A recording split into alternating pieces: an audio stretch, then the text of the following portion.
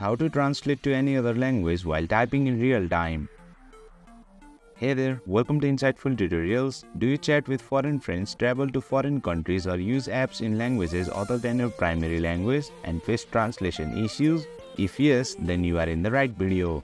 Without further ado, let's learn how to translate to any other language while typing in real time. Open Play Store on your device, tap on the search bar, search for Gboard, make sure it is installed on your device. Come back to the home screen, open Settings, scroll down to the end, select Additional Settings, then Language and Input. Under Input Methods, select Manage Keyboards. Ensure Gboard is turned on. Tap on the back arrow at the top left corner. Under Input Methods, tap on Current Keyboard. A drop-down will appear, select Gboard. Now you are all set for real-time translation. Come back to the home screen, open any messaging or foreign app where keyboard translation is necessary for you. For example, let's open up Messenger. Open a conversation with a foreign person. Tap on the message box to start typing. On-screen keyboard, that is Gboard, will appear. Tap on the Windows icon. Here you will see the option to translate. Tap on it. As you can see, it says it will use Google Translate. Tap OK. You will see two options, one for your primary language and the second one for the language you want to translate to.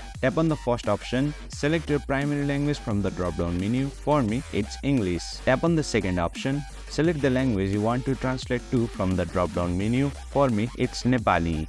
Start typing in your primary language and it will be translated in real time. As you can see, I have typed in English and it got translated to the language I want to translate in real time, that is Nepali. Now tap on the send button of Messenger and boom, you have successfully translated to any other language while typing in real time. That's it for today's video. If you found this video insightful, please don't forget to hit the like button and make sure to subscribe to our channel for more insightful tutorials.